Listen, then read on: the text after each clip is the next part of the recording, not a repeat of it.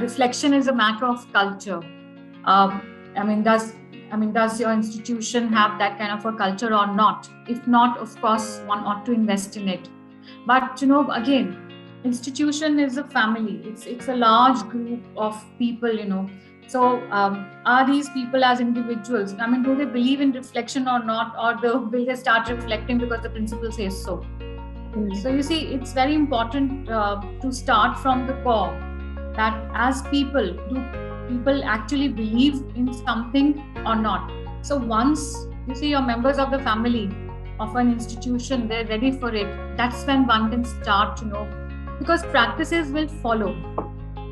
I mean, we start creating practices without creating conviction, or belief.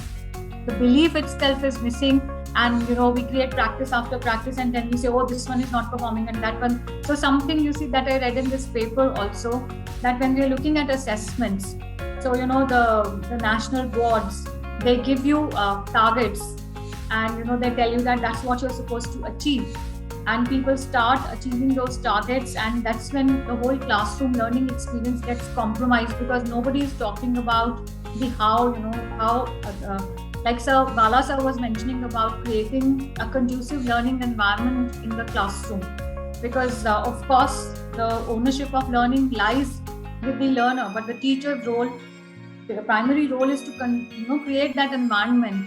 But then when you have those targets to meet, again those practices to ensure that there's a certain MLLs which are being designed.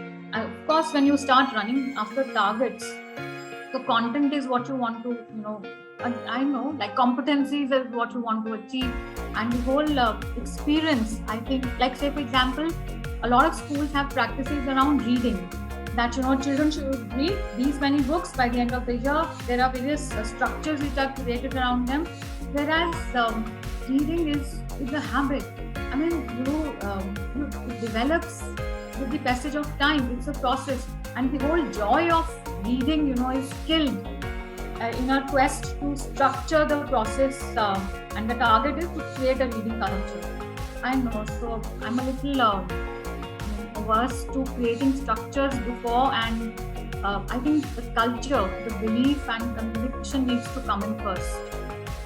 We need to, sure, as teachers, we need to talk about it every time probably, we are interacting with any stakeholder, be it students, parents, teachers, management. So once, people hear a lot of this, so that's when, the belief, it's like, creating a narrative around that. So that's when the culture would, start falling in place. And then, of course, then structures can follow. Once people believe, then only they'll adhere to those. Otherwise, they'll say, okay, you're asking me to do these two things, I'll do, and then please allow me to go home now.